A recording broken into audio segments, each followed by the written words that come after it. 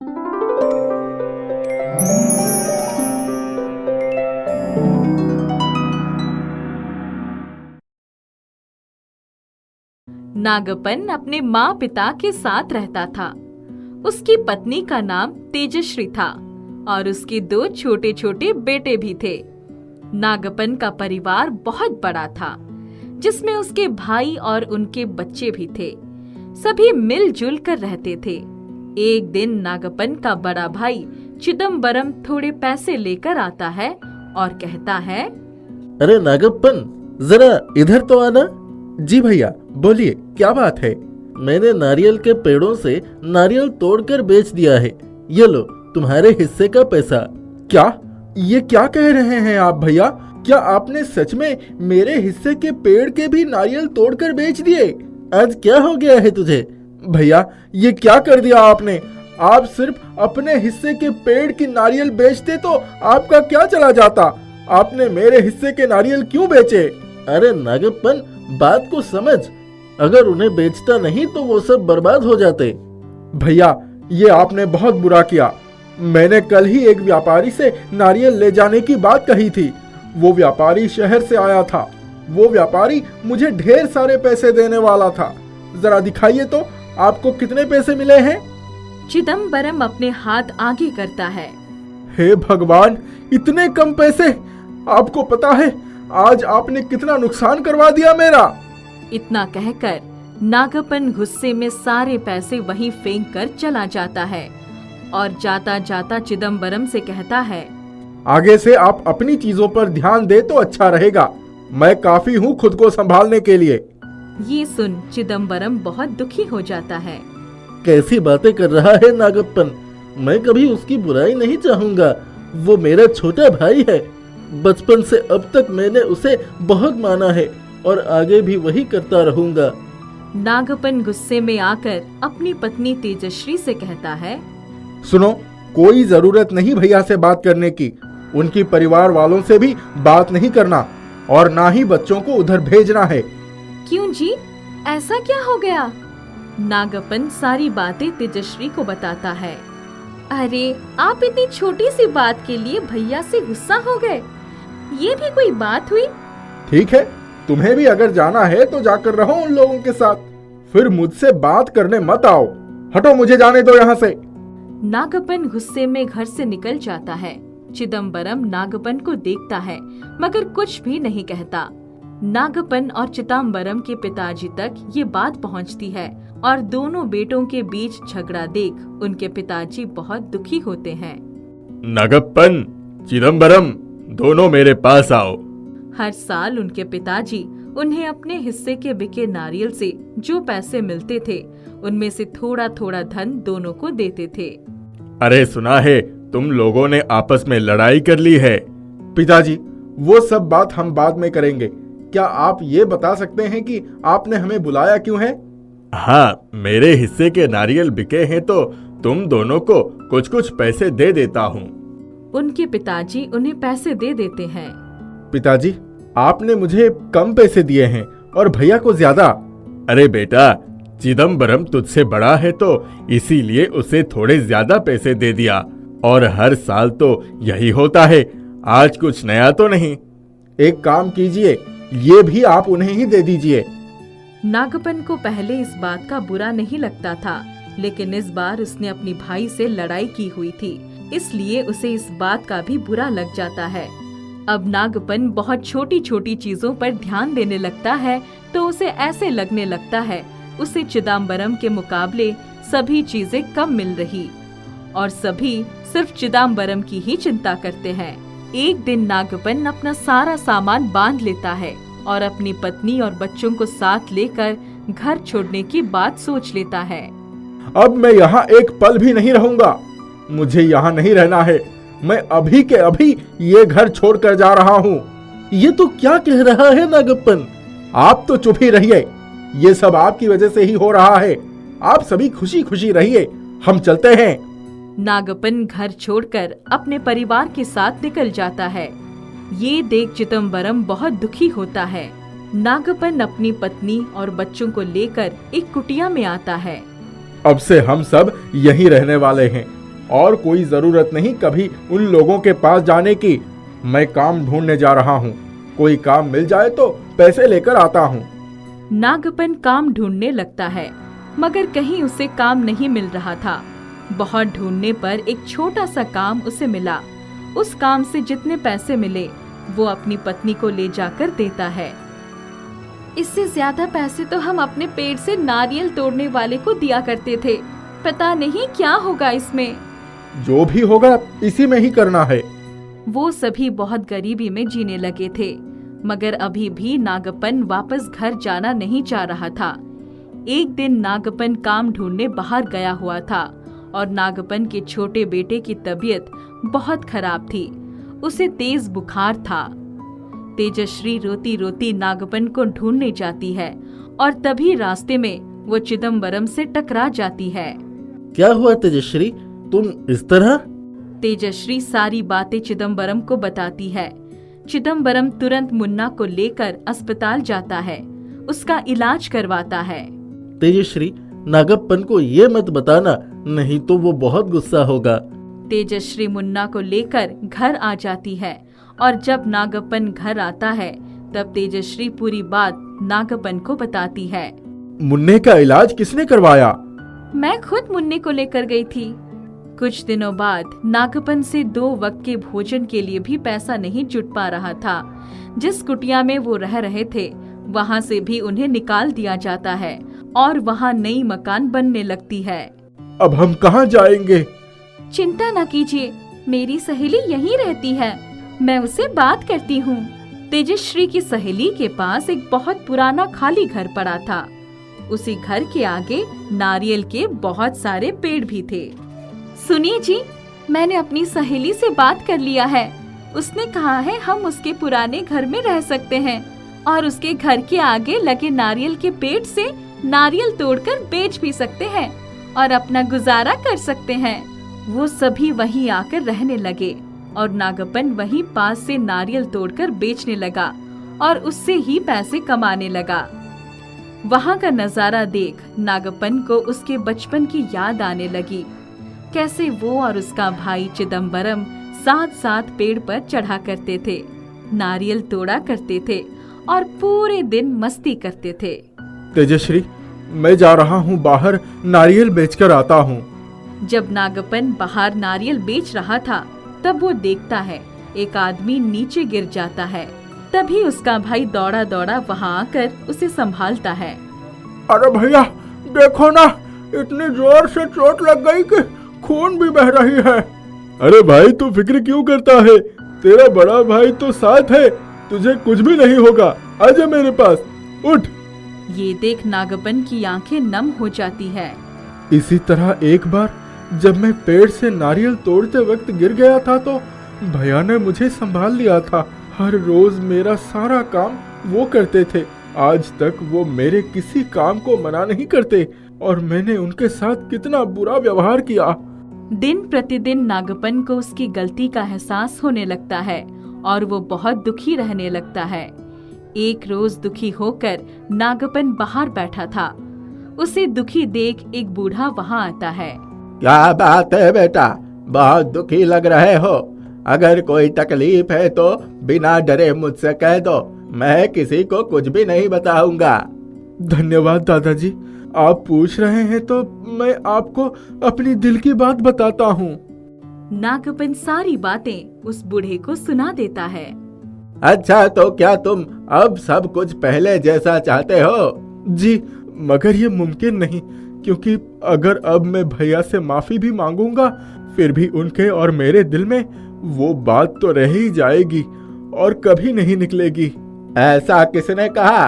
जरूर ये मुमकिन है। एक काम करो, जाओ एक नारियल पेड़ से तोड़ कर लाओ। नागप्पन एक नारियल तोड़कर लाता है। इस नारियल के एक टुकड़े को अपने भाई के तकिए के नीचे डाल कर देखना, अगली सुबह वो ये सब कुछ भूल चुका होगा। क्या? मगर ये कैसे हो सकता है? ये एक जादुई नारियल है। जिस नारियल के टुकड़े को तुम अपने भाई के तकिए के नीचे रखोगे उसे किसी नदी में बहा देना, फिर देखना बचे हुए नारियल का रंग पीला हो जाएगा। उसी बचे हुए पीले रंग के नारियल का एक टुकड़ा निकालना, उसमें से थोड़ा तुम खाना और अपना जूठा ही अपने भाई को खिलाना। उसके बाद तुम दोनों सब कुछ भूल जाओगे। आखिर तुम दोनों के बीच लड़ाई क्यों हुई थी? तुम दोनों पहले जैसे ही हो जाओगे। जैसा बूढ़ा बाबा ने कहा, नागप्पन ने बिल्कुल वैसे ही किया। नारियल नदी में फेंकने के बाद एक टुकड़ा नारियल खाता है और अपना झूठा चिदम्बरम को खिलाता है। उसके बाद दोनों ही सब कुछ भूल जाते हैं और वापस पहले जैसे रहने लगते हैं। तेजश्री और उनके बच्चे भी वापस अपने परिवार वालों के पास आकर बहुत खुश होते हैं। जादुई नारियल लड्डू। रंगम राम नामक एक व्यक्ति के पास नारियल के बहुत सारे पेड़ थे। रंगम राम बचपन से उन पेड़ों की देखभाल करते आया था और उन्हीं नारियल के पेड़ों की वजह से उसका घर चल रहा था। वह नारियल का तेल बेचा करता था, नारियल के दूध बेचा करता था और नारियल की मिठाइयाँ भी बनाकर बेचता था। रंगम राम बहुत स्वादिष्ट नारियल के लड्डू बनाता था। एक दिन उसके घर पर गांव का एक आदमी चुन्नी लाल आता है। रंगराम, घर पर हो तो जरा बाहर आओ। हाँ भाई, घर पर ही हूँ। बोलो, क्या बात है? हम सभी मिलकर दूसरे गांव जा रहे हैं, क्या तुम भी चलोगे? अच्छा, मगर किस काम से तुम सभी जा रहे हो, मुझे भी बताओ। अरे भाई, वहाँ बहुत बड़ा मेला लगने वाला है, इसीलिए हम सभी वहीं जाकर अपने अपने दुकान लगाएंगे। तुम्हें चलना है तो बताओ। हाँ ठीक है, मुझे चलने में कोई दिक्कत नहीं, मगर वहाँ क्या बेचूंगा? अरे बहुत सारे चीज है, जैसे तुम वहाँ अपने नारियल के लड्डू भी बेच सकते हो। हाँ भाई, ये सही कहा तुमने, मैं वहाँ नारियल के लड्डू ही बेचूंगा। बताओ कब चलना है, मैं तब तक सामान तैयार कर लूंगा। 3 दिन बाद चलना है, तब तक तुम आराम से मिठाइयाँ तैयार कर लो। चुन्नी लाल वहाँ से चला जाता है और रंगम राम नारियल के लड्डू बनाने के लिए सारा सामान इकट्ठा करने लगता है। 3 दिन बीत चुके थे। दूसरे गांव में मेला लगने का समय आ चुका था। चुन्नी लाल रंगम राम के घर उसे बुलाने आता है। चलो भाई, जल्दी चलो, 3 घंटे में मेला शुरू होने वाला है। हम सभी जल्दी से अपनी दुकान खोल देंगे। हाँ भाई चलो, मेरा भी सारा सामान तैयार है। रंगम राम और चुन्नी लाल दोनों गांव आते हैं और अपनी अपनी दुकान लगाने लगते हैं। रंगम राम नारियल के लड्डू की दुकान लगाता है। आइए आइए और स्वादिष्ट नारियल के लड्डू खाइए। एक बार खाइएगा तो बार बार आइएगा। आइए आइए। नारियल के लड्डू देखकर सभी रंगम राम की दुकान पर भीड़ लगाने लगते हैं।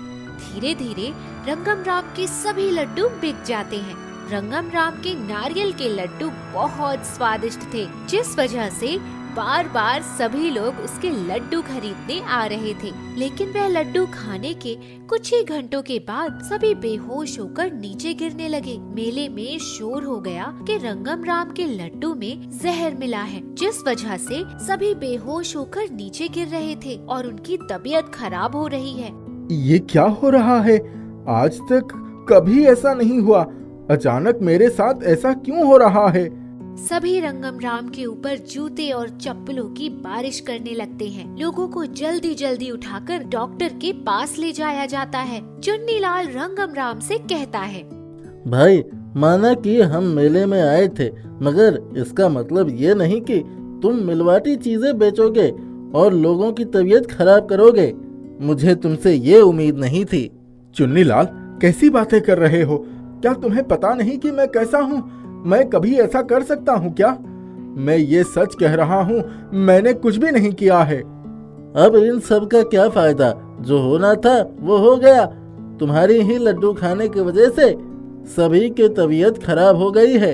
इसे झुटलाया नहीं जा सकता, यही सच्चाई है। अब जल्दी से यहाँ से भाग लो, नहीं तो तुम्हारी बहुत पिटाई होगी। रंगम राम वापस घर आ जाता है, लेकिन उसे कुछ समझ नहीं आ रहा था कि अचानक लड्डू खाने के बाद सभी की तबीयत क्यों बिगड़ गई। रंगम राम बहुत उदास हो जाता है। ऐसा क्या डाल दिया मैंने जो लोगों की तबीयत खराब हो गई? मैं तो जैसे पहले लड्डू बनाया करता था वैसे ही इस बार भी बनाया था। रंगम राम रोता हुआ सो जाता है। अगली सुबह उठता है तो देखता है सभी गांव वाले उसके घर के बाहर खड़े हैं और उसे बहुत बुरा भला सुना रहे हैं। डर के मारे रंगम राम बाहर नहीं निकलता। सभी रंगम राम से नारियल की बनी चीजें लेना बंद कर देते हैं और अब कोई उससे अच्छे से बात भी नहीं करता। जहाँ वह जाता था सभी वहाँ से उठकर चले जाते थे। मुझे आज तक मेरी गलती नहीं पता चल पाई। आखिर मुझसे कौन सी गलती हो गई है? भगवान, मुझे रास्ता दिखाइए। रंगम राम लोगों की कड़वी बातें सुनकर घर आकर सो जाता। रंगम राम सो रहा था, तभी उसके सामने एक तेज रोशनी आती है और रंगम राम की आंखें खुलती हैं। वो देखता है वहाँ एक बहुत ही खूबसूरत परी खड़ी है। वो परी रंगम राम से कहती है, रंगम राम, मैं तुम्हारे सवालों के जवाब देने आई हूँ। तुम जानना चाहते थे ना कि तुम्हारे नारियल के लड्डू में ऐसी क्या चीज है जिस वजह से सभी की तबीयत खराब हो गई। जी, मैं जानता हूँ, मगर आप कौन हैं?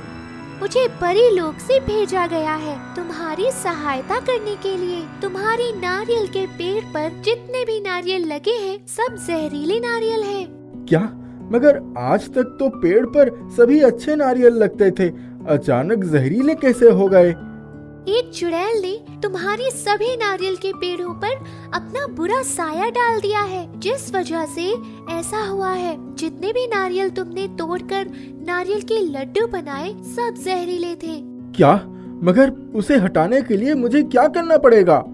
इसीलिए तो मैं यहाँ आई हूँ। चलो आओ मेरे साथ। रंगम राम और परी नारियल के सभी पेड़ों के पास जाते हैं। परी अपनी छड़ी घुमाती है, जो जैसा था उसे वैसा कर दे और उस चुड़ैल का साया यहाँ से भगा दे। इतना कहकर परी छड़ी घुमाती है। वापस से सभी नारियल के पेड़ पर अच्छे नारियल लग जाते हैं और बुरे साए वाले नारियल गायब हो जाते हैं। यह देखकर रंगम राम बहुत खुश होता है। अब सभी पेड़ अच्छे हो गए हैं, इन पर बिल्कुल अच्छे नारियल होंगे। तुम इनका इस्तेमाल कर सकते हो। आपका बहुत बहुत धन्यवाद, लेकिन अब इन सभी चीजों का फायदा नहीं है। गांव के सारे लोग मुझसे नफरत करते हैं। वो वापस कभी मेरे हाथों के नारियल के लड्डू नहीं खाएंगे। तुम चिंता मत करो, देखना सब अच्छा हो जाएगा। इस नारियल के पेड़ के जितने भी नारियल निकलेंगे सभी जादुई होंगे। जैसे ही कोई इससे बने लड्डू खाएगा उनके मन में तुम्हारे लिए सारी बुराइयां निकल जाएंगी और यह सभी तुम्हें पहले की तरह ही मानने लगेंगे। इतना कहकर परी गायब हो जाती है। अगले दिन रंगम राम सुनता है गाँव में इस शहर से कुछ लोग कंपटीशन लेकर आए हैं। उस कंपटीशन में सभी को अपने हाथ से कुछ स्वादिष्ट बनाकर खिलाना था। जो भी सबसे स्वादिष्ट चीज बनाकर खिलाएगा वह जीत जाएगा और उसे मिलेंगे 50,000 रुपए के इनाम। यही सही मौका है नारियल के लड्डू बनाकर सभी को खिलाने का। रंगम राम कंपटीशन में भाग लेता है, लेकिन गांव का एक भी आदमी उसके लड्डू नहीं खाता। जज रंगम राम के लड्डू खाकर बहुत खुश होता है। वाह, क्या बात है, इतने स्वादिष्ट नारियल के लड्डू, मजा आ गया। रंगम राम को इस कंपटीशन का विजेता बनाया जाता है। तब जाकर धीरे धीरे गांव वाले हिम्मत करके आते हैं और वह जादुई नारियल के लड्डू उठाकर खाने लगते हैं। जादुई नारियल के लड्डू खाते हैं, सभी के मन में रंगम राम के प्रति जितनी बुरी भावनाएं थी सब खत्म हो जाती है। रंगम राम को 50,000 रुपए का इनाम दिया जाता है और सभी उसके लिए तालियां बजाते हैं।